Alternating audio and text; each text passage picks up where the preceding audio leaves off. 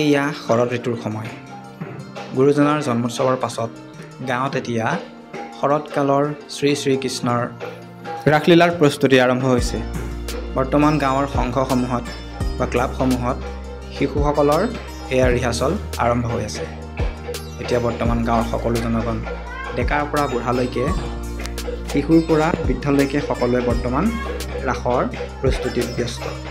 এয়া আমাৰ হেজাৰী মৌজা মিলিত শিল্পী সমাজৰ ৰাস উৎসৱৰ প্ৰস্তুতি।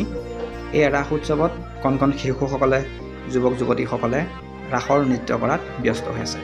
চাওক তাৰে দৃশ্যাংশসমূহ।